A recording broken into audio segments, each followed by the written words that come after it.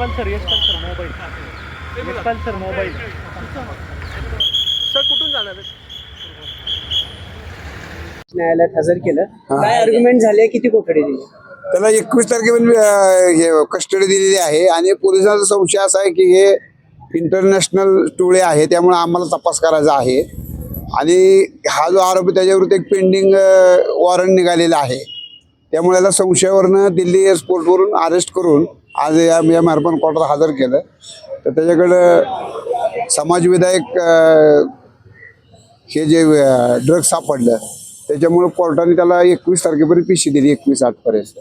प्रकरण काय होतं सर? प्रकरण काय होतं की त्याच्यावर पूर्वी एक नार्कोटिकचा गुन्हा आहे आणि त्यानंतर परत आज दिल्ली एअरपोर्टवर त्याच्याकडं काय माल मिळाला. त्याच्यावर पोलिसांचं म्हणणं आहे की 1780 किलो म्हणजे KG माल मिळालेला आहे आणि ते मार्पिन आहे आणि ते मार्पिन समाजविधक असल्यामुळे आम्हाला तपासाची संधी द्यावी. त्यामुळे मेहरबान कोर्टाने आज त्याला 21 तारखेपर्यंत पिशी दिली. 17 जणांची शक्यता असं पोलिसांचं म्हणणं आहे. तर तपासात काय होईल ते पुढील तपासात ते होईल ते निष्पन्न होईल. पुण्याच्या ड्रग्ज प्रकरणात त्याचं काय कनेक्शन आहे? कनेक्शन म्हणजे पूर्वी पेंडिंग गुन्हा आहे आणि तो विमानतळावरच अरेस्ट केला दिल्ली इंदिरा गांधी एअरपोर्टवर, त्यामुळे कनेक्शन लागलं. आता 21 ऑगस्ट पर्यंत कोठडी आहे, हा. तो कुणी हजर केले?